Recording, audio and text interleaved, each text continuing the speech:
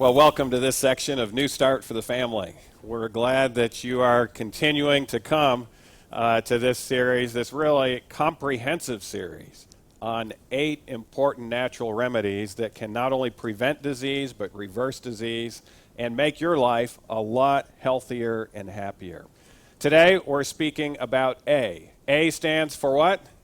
Air. And particularly what we're interested in is not just all air. We're interested in fresh air because there is a difference between fresh air and polluted air. Every minute we inhale about 8 quarts of air. You know, that's a couple of gallons per minute of air that we are putting into our system. We are more dependent upon the air we breathe than upon the food we eat. And a lot of people, of course, center in on the food for good reason. They need to. And nutrition is a major part of the New Start program. But often the A part, which we take in greater abundance, is rather neglected. The lungs are where the air exchange occurs. And every minute, 5 quarts of blood pass through the lungs, releasing carbon dioxide and absorbing oxygen. Now, we know the kidneys are major filtering organs as well, but the kidneys filter less than 1 quart per minute. And so, in reality, the lungs are also a filtering agent. They're actually taking on oxygen and getting rid of toxins. Carbon dioxide is a toxin, a metabolic toxin that in excess can cause significant problems to the human being. And so we do have a way of getting rid of toxins if we have healthy lungs. Researchers have been studying the harmful effects of polluted air on human beings. Their findings confirm that pollution depletes the air of negative ions. In addition, the common pollutant ozone has been demonstrated to cause eye irritation, shortness of breath, cough, worsened lung function, and decreased physical performance, as well as other problems, as you'll see. Worse yet, women living in one of the nation's most highly polluted regions, the South Coast Air Basin of California, experience increased risk of cancer in proportion to their total exposure to particulate pollutants. And so this major killer in those under the age of 85, pollution has a role to play. Particle pollution is lethal. In other words, when there are particles, toxic particles in the air, it can kill. Fine soot particles can get trapped deep in the lungs and can lead to heart attack, stroke, lung cancer, asthma attacks. Major sources of soot also include emissions from diesel vehicles, including school buses, barges, trucks, tugboats, and construction equipment as well. And one of the reasons why we see higher rates of these diseases in cities than in urban areas. Low environmental levels of fine and ultrafine particulate matter, as well as carbon dioxide, increase the risk of stroke. But the heightened risk occurs only during warm weather months, according to a Finnish study. So there are some advantages of cool air, and that is that it's actually fresher. Dr. Jana Kotiman from the National Public Health Institute in Finland and colleagues compared air pollution levels from 1998 to 2004 with the number of stroke deaths among elderly subjects living in Helsinki, a city known to have relatively little air pollution. What they found was during the warm season, every 6 micrograms per cubic meter increase in current day levels of fine particulate air pollution was associated with a 6.9% increase in deaths from stroke.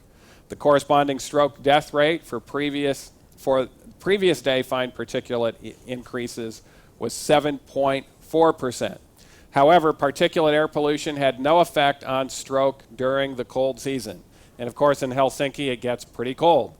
The question is, how much pollution has to be in the air and how cold can it be before that pollution really doesn't have much effect on you.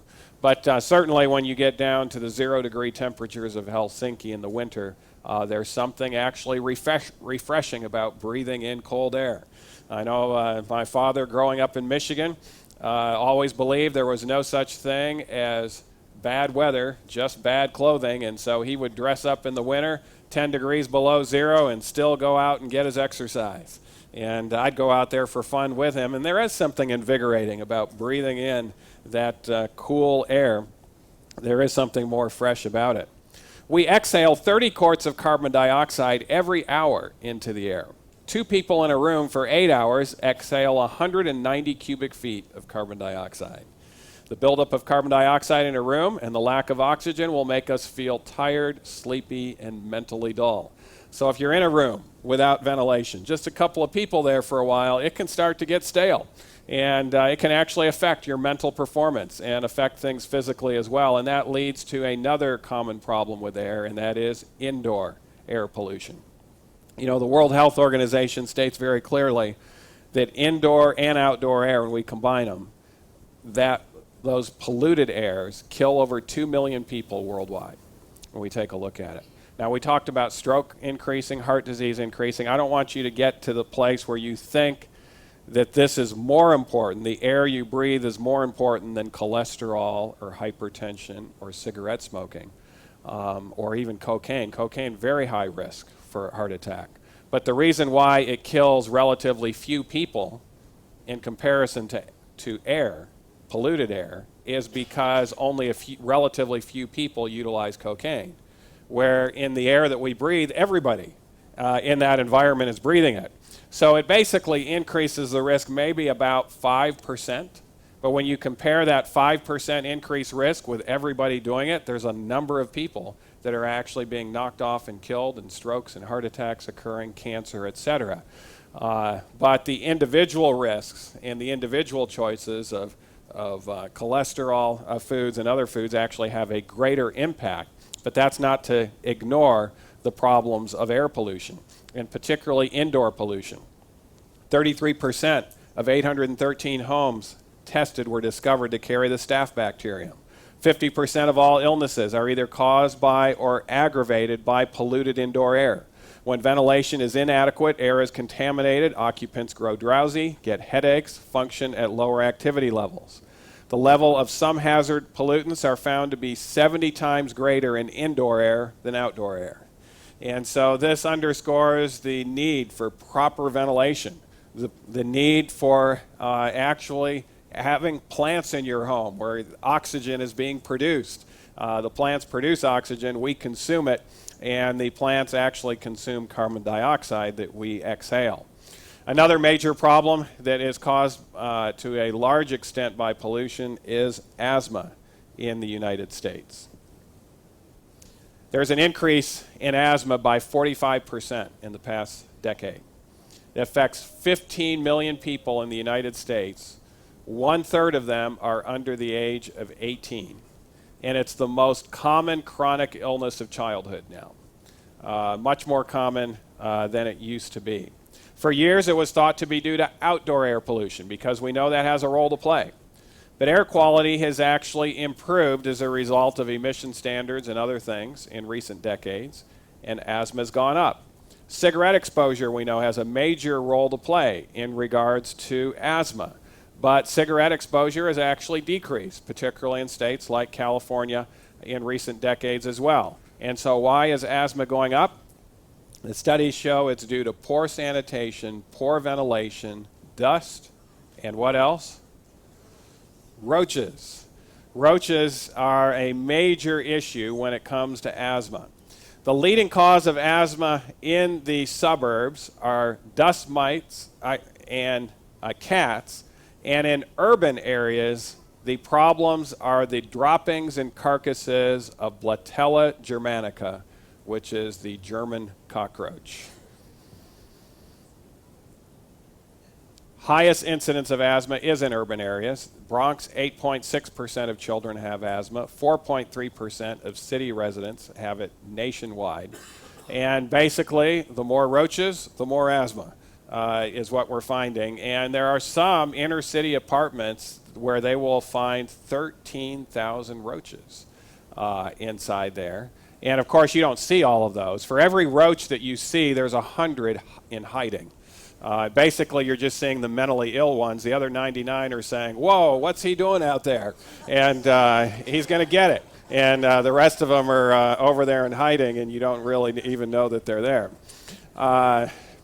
So what you need to do, you need to wash all surfaces to get rid of roach antigen, keep all food out of roaches' reach, and put out roach traps and catch the strays. And sometimes you really need to do some deep cleaning and really rid the apartment of it. Another pollutant that we've mentioned, but we really need to underscore it, is still the problem of tobacco smoke. Tobacco smoke is, even in California, still a major problem. And we know it not only causes cancer of the lung, it causes cancer of the lip, of the mouth, the throat, the voice box, the esophagus, the stomach, the liver.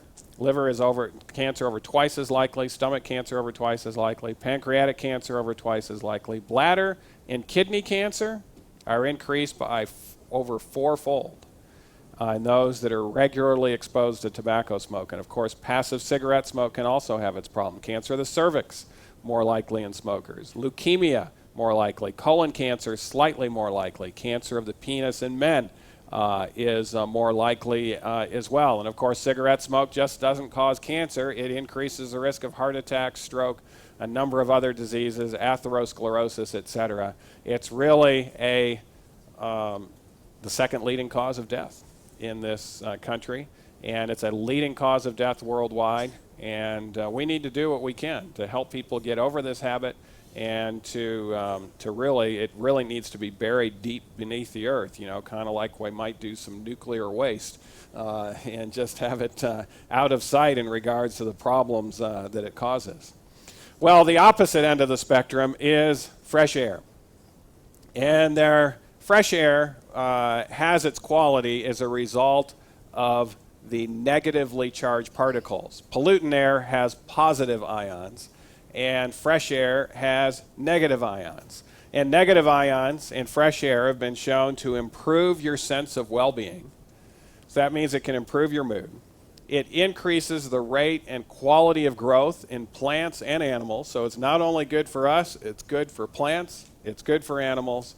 It improves the function of your lungs' protective cilia. So you actually have less particulate matter coming in, if there happens to be some, with the fresh air there.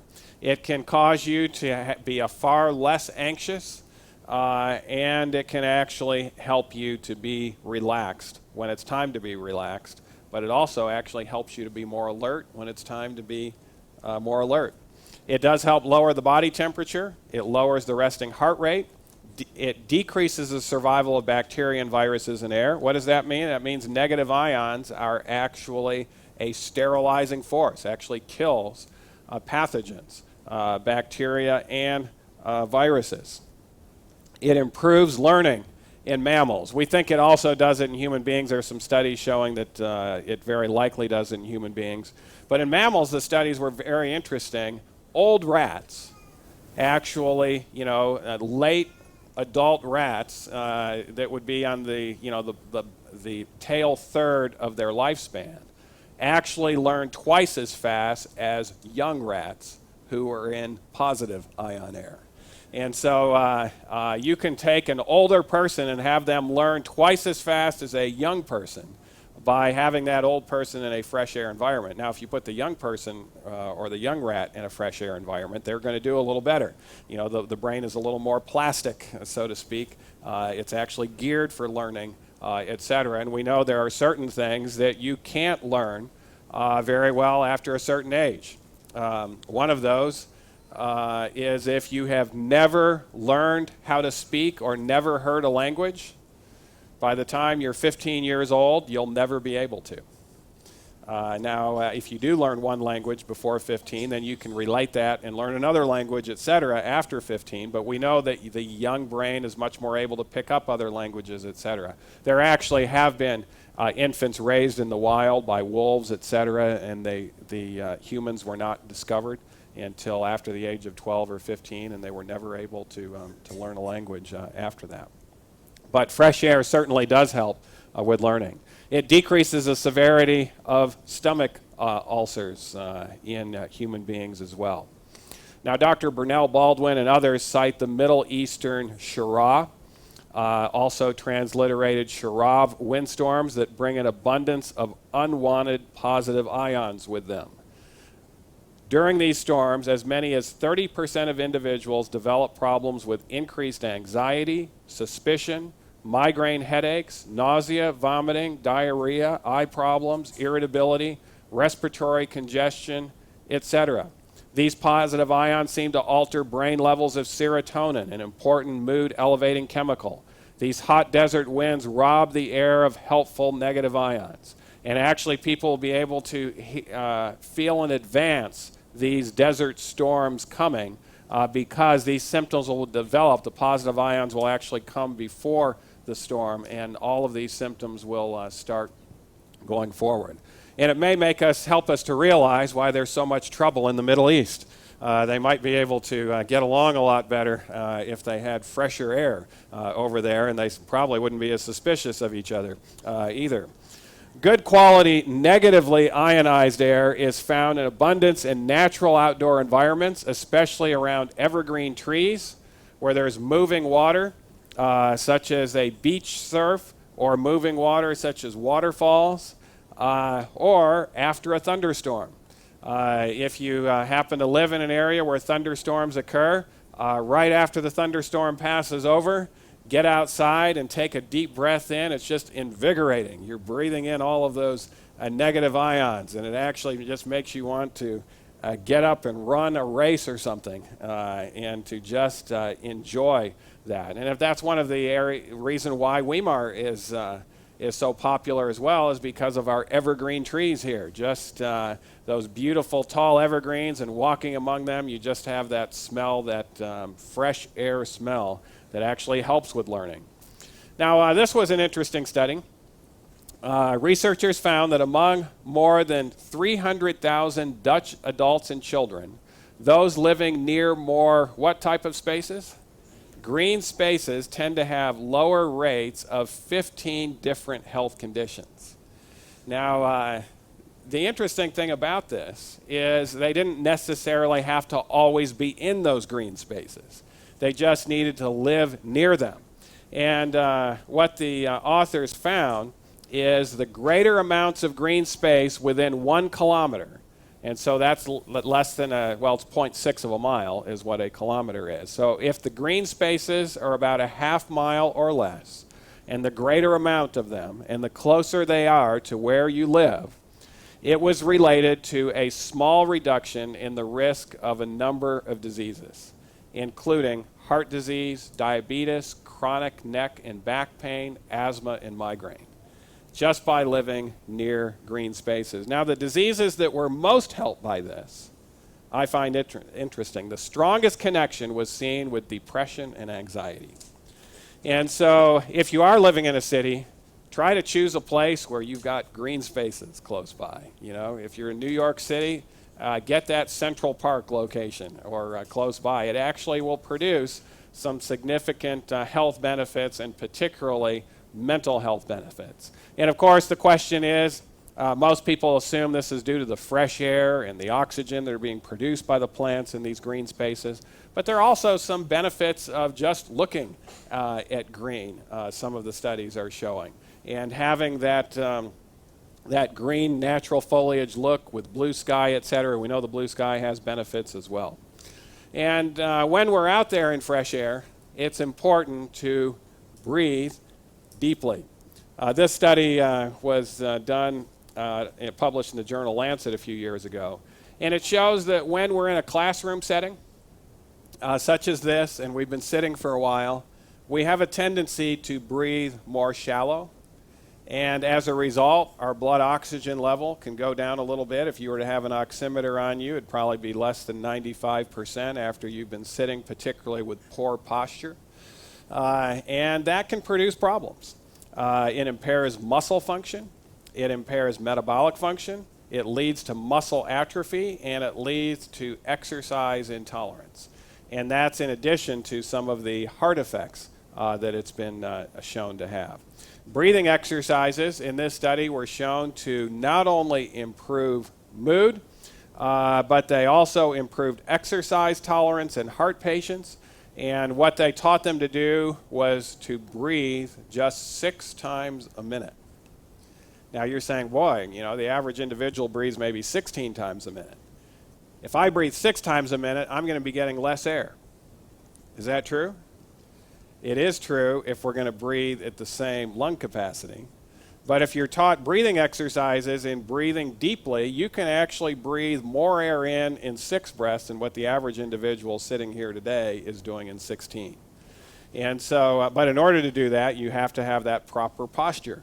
You can't do it without the proper posture. And that's one of the reasons why even in children's studies, those in elementary school, etc., it's becoming popular due to studies at Harvard to teach the kids proper posture and proper breathing.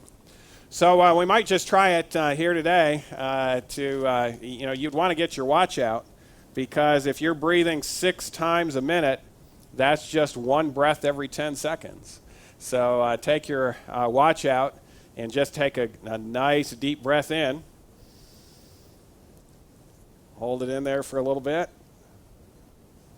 And now let it out. All right, 10 seconds again. A little deeper this time. And then let it out. Now, you don't want to get short of breath doing that. If you're getting short of breath doing it, you're not breathing deep enough.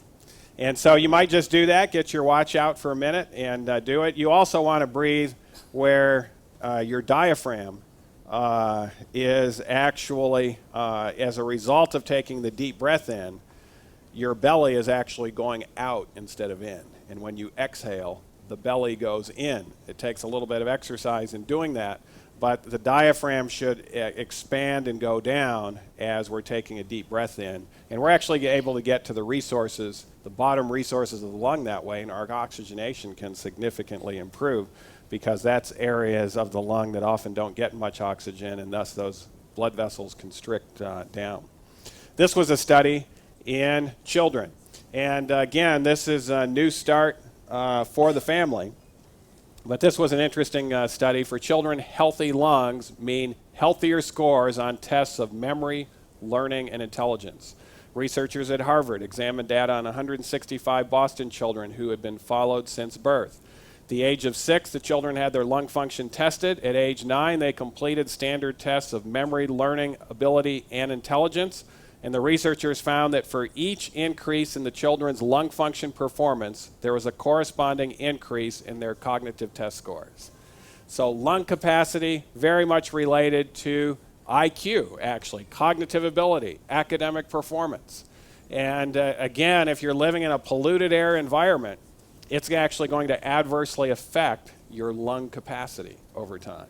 And so one of the additional benefits of fresh air there. Well, many of these NEWSTART principles are connected. I'm just going to show you a relationship here between the lungs and a couple of other NEWSTART principles. But this was a study in Europe. Children who eat 3 or more burgers a week are at a higher risk of asthma and wheezing. But a healthy diet rich in fruit, vegetables, and omega-3 foods seems to stave off the risk.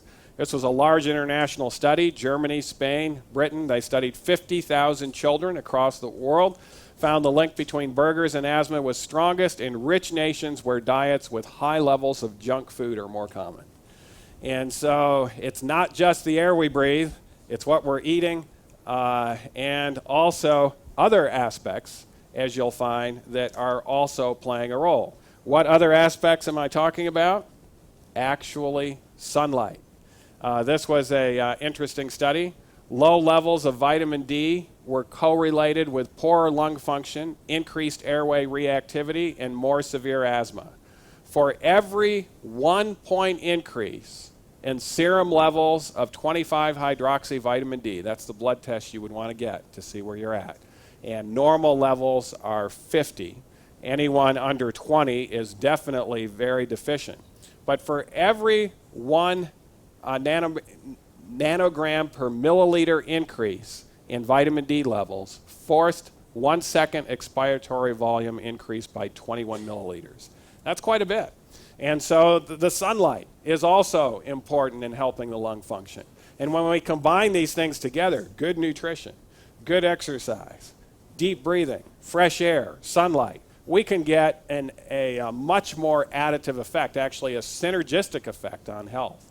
And that's why when we just center in on one of these to the exclusion of others, it can get a little imbalanced. But when we center on all 8, we can get a lot of good comprehensive health and happiness that can come about as a result. So I encourage you today, keep your house clean. In other words, we want to have that proper ventilation and proper cleaning. At least 2 deep cleanings per year. Some would say even 3 to 4 is better yet. But at least 2 deep cleanings per year. Frequent removal of dust, which can also have its problem. Keep your house well ventilated, especially open up those windows at night when you have that fresher, cooler air. Make sure there's no tobacco smoke or other pollutants hanging around that are having its problem. Allow that cool evening fresh air inside. Put plants in your house, around your house as well. Even if you can get evergreens to grow around your house where you can get those nice negative ions coming in, that would be a benefit. Practice and insist upon correct posture and frequent deep breathing. Try those exercises where you're breathing 6 times a minute. It turns out when you do that, when you're able to do that in an exercise fashion for an hour a day, your oxygen levels improve throughout the entire day. Just those exercises help your lungs for that entire day. And so, get as many negative ions as possible. Some might wonder about, well, maybe we should just buy a negative ion generator. And, you know, they have those things available now. The negative ion generators do produce O3 negative. It's an ozone-type molecule. It can kill bacteria and viruses, can help freshen up the room, but you don't want them too close to you because of the effects of ozone. So normally, if the room is pretty polluted, you want to have that going on and then switch it off for at least 30 seconds or 45 seconds before you walk into that room so that it's not necessarily there. The negative ions from fresh air don't have those adverse qualities. So I'm going to ask you to come with me. Let's get some air. It's time for a new start. Thank you very much.